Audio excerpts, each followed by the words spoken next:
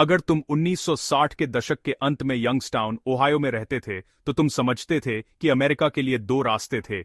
एक रास्ता सरकार में नौकरी करना था, सब कुछ कानूनी रखना था, पूरी जिंदगी एक छोटी सी पेंशन लेना था और फिर मर जाना था। दूसरा रास्ता अपराध का था, लेकिन सही तरीके से, मेथोडिकली, ऐसे जैसे तुम किसी बड़ी कंपनी में काम कर रहे हो।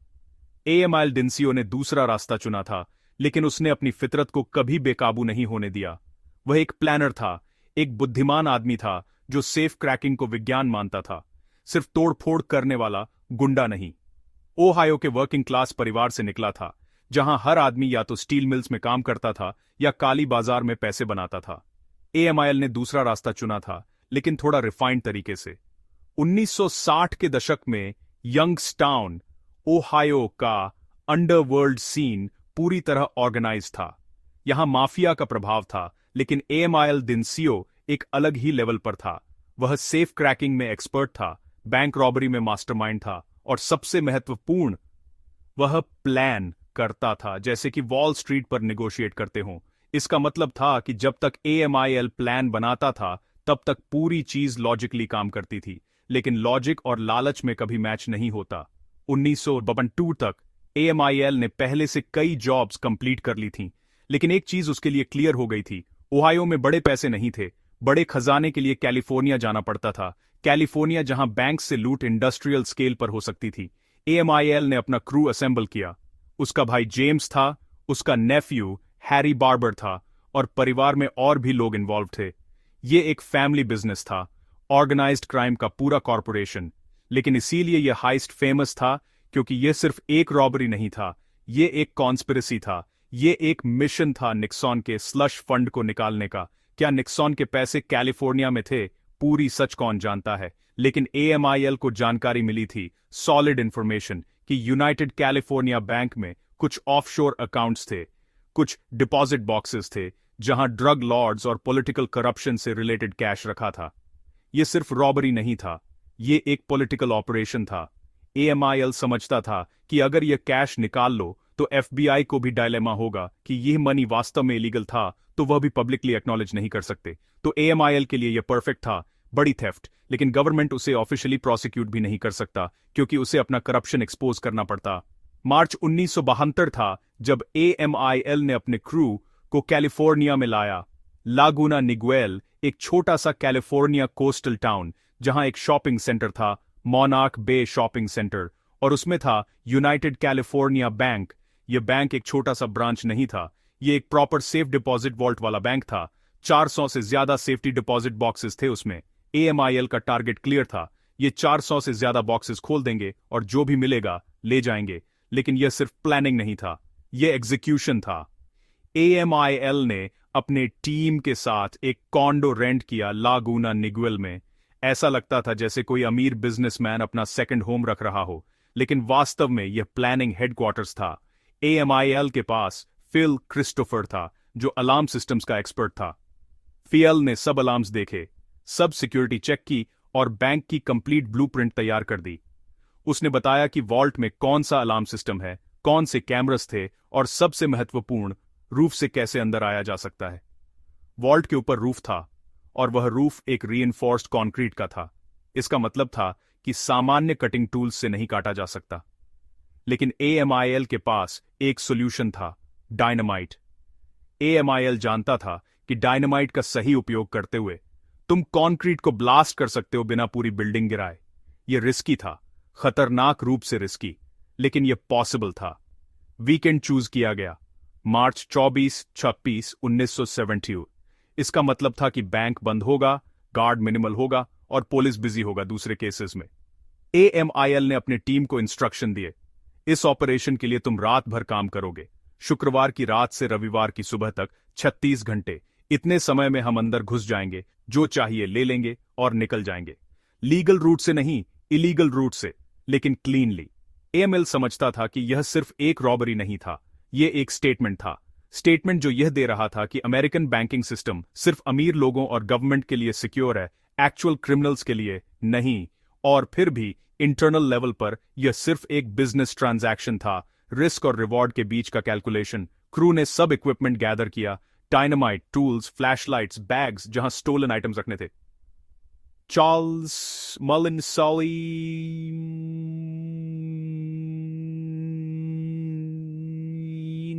यल का ब्रदर इन लॉ वह सर्वेलेंस का काम दे रहा था।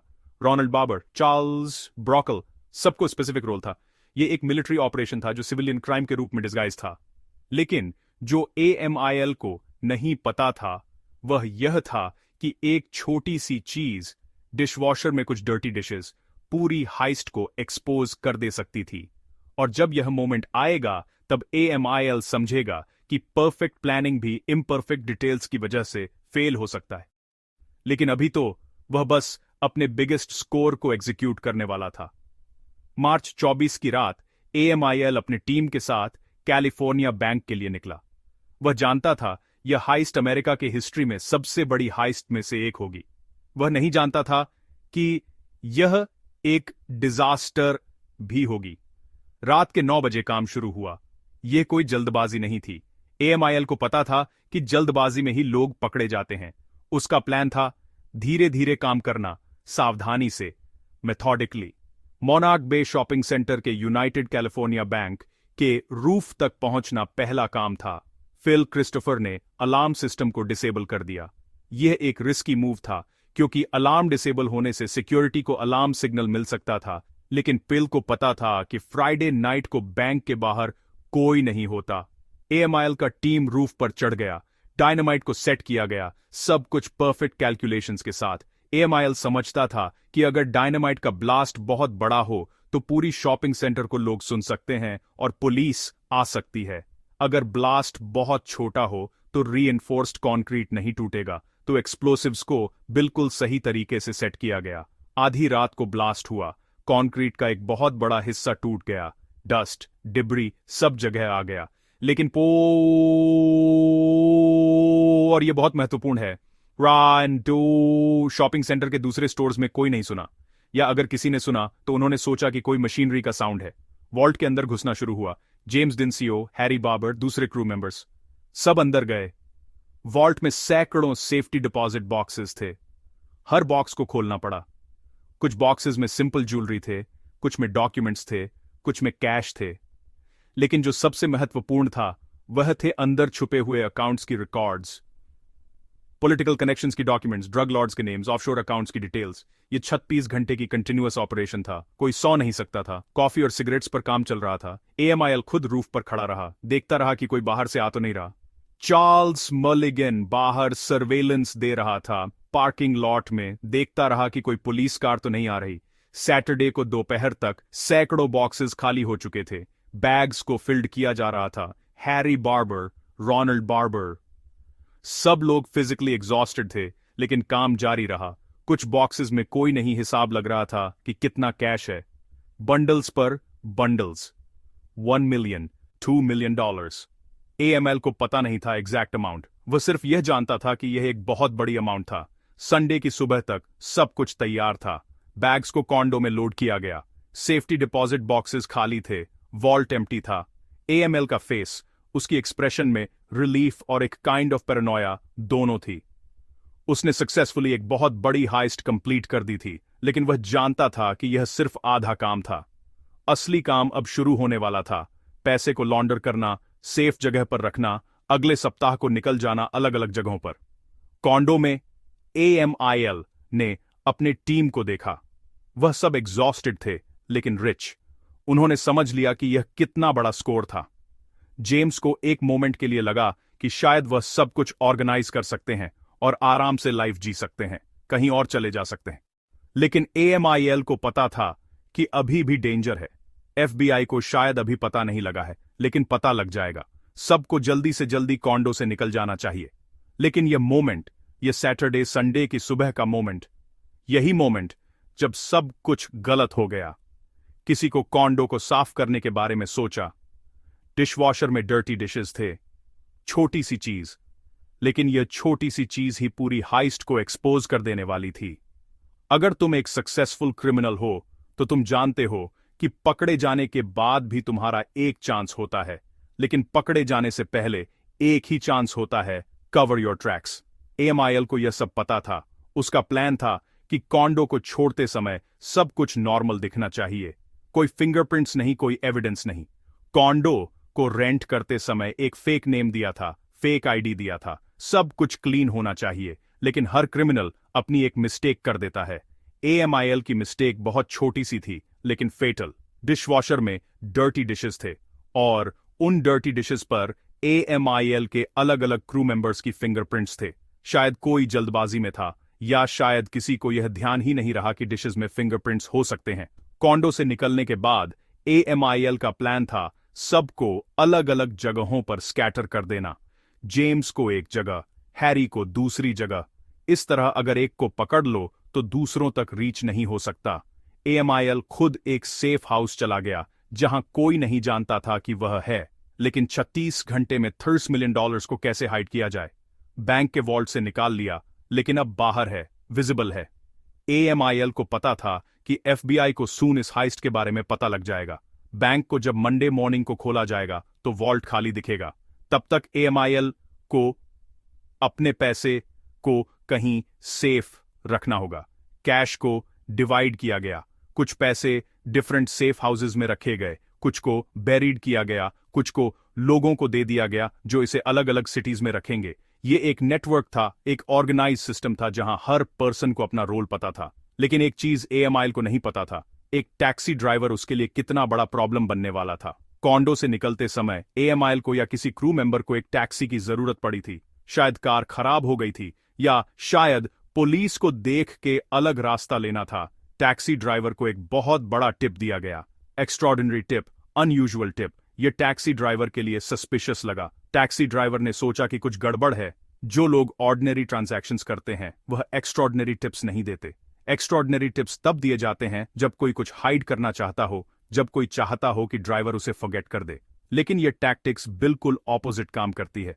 बिग टिप से लोग ज्यादा याद रखते हैं, ज्यादा सस्पिशियस होते हैं। जब मंडे को एफबीआई को हाइस्ट के बारे में पता चला तो उनका इन्वेस्टिगेशन शुरू हुआ।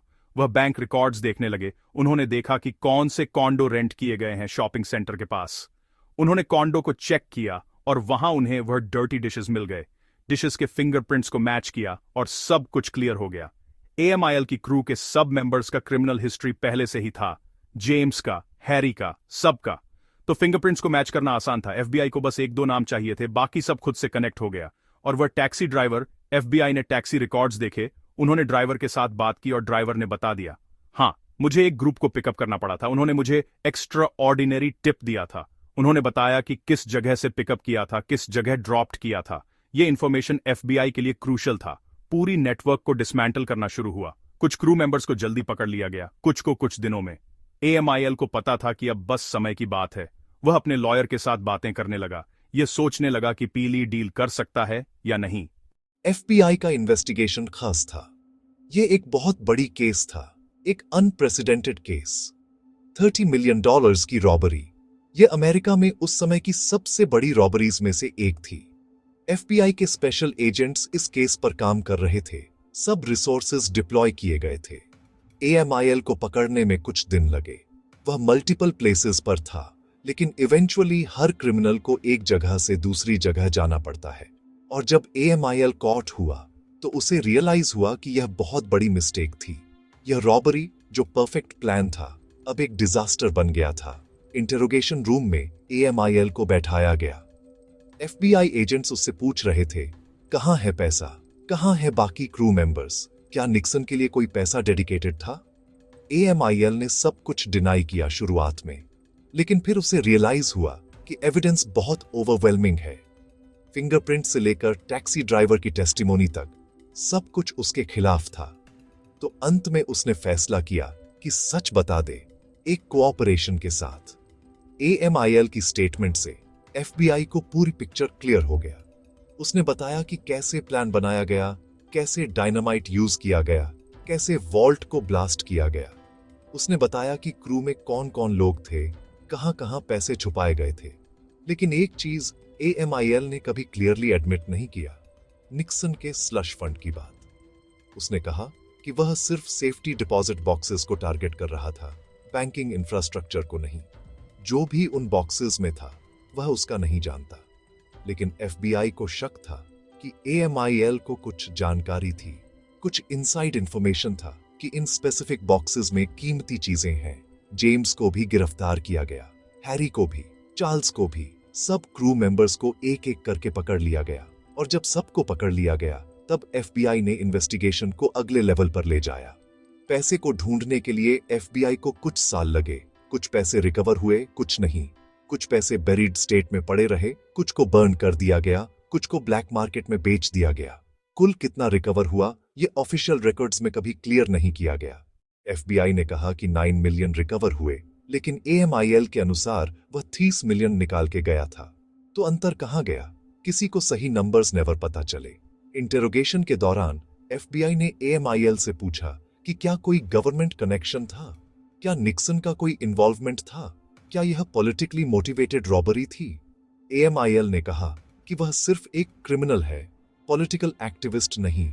वह नहीं जानता कि बॉक्सेस में क्या था, वह सिर्फ यह जानता था कि बैंक में वैल्यूएबल आइटम्स हैं। लेकिन एफबीआई को संदेह था।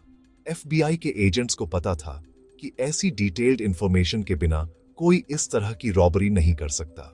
एएमआईएल को कहीं से इंफॉर्मेशन मिली थी। कुछ सोर्सेज के अनुसार यह इंफॉर्मेशन एक फॉर्मर बैंक एम्प्लॉय से आया था। कुछ के अनुसार यह इंफॉर्मेशन ऑर्गेनाइज्ड क्राइम के हायर कनेक्शन से आया था। लेकिन एएमआईएल ने कभी अपना सोर्स रिवील नहीं किया। भले ही उसे पकड़ लिया गया, भले ही उसे जेल में डाल दिया गया, लेकिन उसने अपना सोर्स प्रोटेक्ट किया। यह एक कोड था जो क्रिमिनल अंडरवर्ल्ड में फॉलो किया जाता है, never snitch on your sources. Court case शुरू हुआ। यह एक हाई प्रोफाइल केस था। मीडिया में बहुत कवरेज था। न्यूज़पेपर्स में हेडलाइंस आ रहे थे, Ohio gang robs California bank of millions, Nixon slush fund possibly involved, fingerprints lead to arrest of mastermind. AMIL का लॉयर एक एक्सपीरियंस्ड क्रिमिनल अटर्नी था। उसने एएमआईएल को एडवाइस दिया कि प्ली डील के लिए निगोशिएट करे। गिल्टी प्ली करके कुछ सजा कम कर सकते हो, बजाय पूरे ट्रायल को फाइट करने के। लेकिन एएमआईएल के लिए यह एक टफ डिसीजन था। गिल्टी प्ली का मतलब था कि वह एडमिट कर रहा है कि वह एक क्रिमिनल है, एक मेजर बैंक रॉबर है। लेकिन दूसरी तरफ अगर वह ट्रायल में फाइट करता तो एविडेंस ओवरवेलमिंग था। Fingerprints, witness testimony, taxi driver, सब कुछ उसके खिलाफ था। अंत में एएमआईएल ने गिल्टी प्ली दिया। जेम्स ने भी, हैरी ने भी, सबने सजा के लिए प्रिपेयर किया। जज ने सजा सुनाई। एएमएल डिंसियो को 20 इयर्स की फेडरल प्रिजन सेंटेंस दी गई। जेम्स को 10 इयर्स, हैरी को कुछ कम। दूसरे क्रू मेंबर्स को 3-5 इयर्स की सजाएं दी गईं। ये एक लैंडमार्क सेंटेंस था उस समय के लिए। कोर्टरूम में जब सेंटेंस अनाउंस किया गया तो लोग चुप हो गए। 20 इयर्स, ये एक लॉन्ग टाइम है। एएमआईएल जब प्रिजन गया तो उसे 40s में हो चुके थे। जेल से निकलता तो वह 60s में होगा अगर सजा पूरी हुई। लेकिन एएमआईएल को एक अलग तरह की सजा भी दी गई, पब्लिक ह्यूमिलिएशन। अखबारों ने उसकी पूरी लाइफ स्टोरी पब्लिश कर दी। एफबीआई ने सब डिटेल्स रिलीज कर दी। एएमआईएल का नाम, उसका फेस सब जगह आ गया।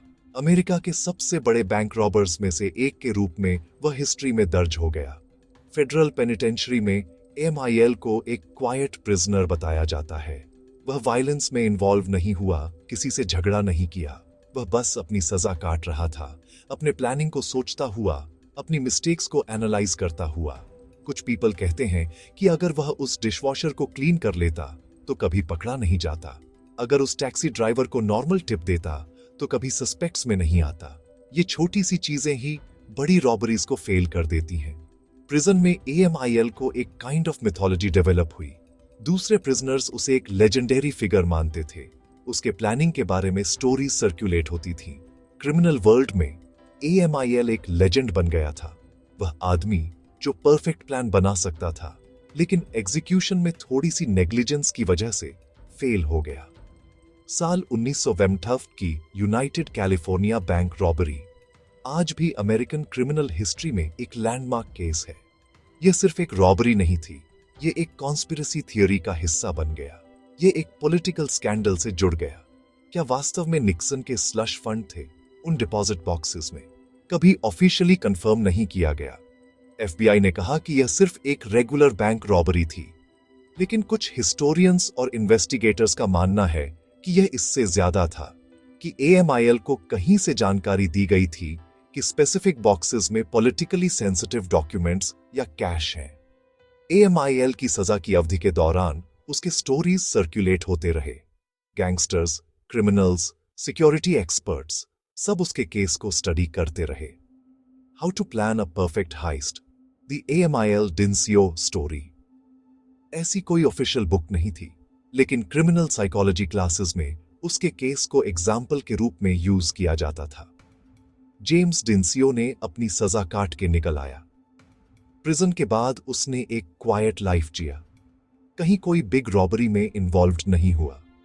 उसने सीख लिया कि बिग क्राइम का एक बहुत हाई प्राइस होता है। हैरी बाबर को कुछ साल बाद कंडीशनल पैरोल मिल गया, वह भी बाहर आ गया। उसके बारे में फिर कभी कोई मेजर क्राइम रिपोर्ट नहीं आई, लेकिन AMIL के लिए अपनी पूरी सजा काटना पड़ी। जेल में उसके 20 सालों के दौरान बहुत कुछ चेंज हुआ। टेक्नोलॉजी एडवांस हुई, वर्ल्ड चेंज हुआ, लेकिन AMIL जेल में ही रहा, अपनी हिस्ट्री के साथ। ये केस क्यों इंपॉर्टेंट है, क्यों लोग आज भी इसे रिमेंबर करते हैं? पहला रीजन, ये रॉबरी का स्केल। 30 मिलियन 1972 में बहुत बड़ा अमाउंट था। टुडे के टर्म्स में ये शायद 200-300 मिलियन के इक्विवेलेंट होगा, और यह सब कैश को एक सिंगल वॉल्ट से निकाल जाना, यह एक टेक्निकल मार्वल था। दूसरा रीजन, यह प्लानिंग का सोफिस्टिकेशन। AMIL ने एक टीम ऑर्गेनाइज किया, एक कंप्लीट ऑपरेशनल स्ट्रक्चर बनाया, डायनामाइट को केयरफुली यूज किया। यह एक प्रोफेशनल ऑपरेशन था, नॉट अ इम्प्रोवाइज्ड क्राइम। तीसरा रीजन, यह छोटी सी मिस्टेक्स से बड़ी फेलियर। डिशवॉशर में डर्टी डिशेस, ये अगर क्लीन कर दिए होते तो शायद केस कभी सॉल्व नहीं होता। टैक्सी ड्राइवर को नॉर्मल टिप देते तो कोई सस्पिशन नहीं होता। ये छोटी सी नेग्लिजेंसेस ही हैं जो इवन बेस्ट प्लान्ड हाइस्ट्स को फेल कर देती हैं। और चौथा, सबसे महत्वपूर्ण रीजन, यह केस कभी पूरी तरह क्लोज नहीं हुआ। AMIL या जेम्स ने कभी ऑफिशियली एडमिट नहीं किया कि निक्सॉन के पैसे थे। FBI ने कभी ऑफिशियली कंफर्म नहीं किया कि पॉलिटिकल एंगल था, तो यह मिस्ट्री ही रिमेन करती है। कुछ लोग कहते हैं कि AMIL को इंटेंशनली जेल में रखा गया ताकि वह कभी बाहर ना आ सके, ताकि वह कभी पॉलिटिकल कनेक्शंस को रिवील ना कर सके। दूसरे लोग कहते हैं कि यह सिर्फ एक रेगुलर रॉबरी थी और कोई पॉलिटिकल कंस्पिरेसी नहीं थी। लेकिन सच जो भी हो, यूनाइटेड कैलिफोर्निया बैंक रॉबरी 1972 एक रिमार्केबल इवेंट है। ये एक प्रूफ है कि अमेरिकी बैंकिंग सिस्टम कितना वल्नरेबल हो सकता है अगर सही प्लानिंग हो, अगर सही नॉलेज हो, अगर सही टूल्स हो। और यह एक प्रूफ भी है कि कोई भी परफेक्ट क्राइम नहीं होती। कहीं ना कहीं एक हिंट रिमेन करता है, कहीं ना कहीं एक क्लू लीव हो जाता है। बस सवाल यह है कि इन्वेस्टिगेटर को उसे खोजने के लिए कितना टाइम लगता है। AMIL डिंसियो का नाम क्रिमिनल हिस्ट्री के पेजेस में परमानेंट हो गया, जेम्स का, हैरी का भी, लेकिन साथ ही डिशवॉशर का भी। एक ऑर्डिनरी किचन आइटम जिसकी नेग्लिजेंस ने एक लेजेंडरी क्राइम को एक्सपोज कर दिया। और यह ही सच है हर हाइस्ट का। कितनी भी बड़ी प्लानिंग हो, कितनी भी स्मार्ट एग्जीक्यूशन हो, अंत में हमेशा एक स्मॉल डिटेल होता है जो सब कुछ चेंज कर देता है।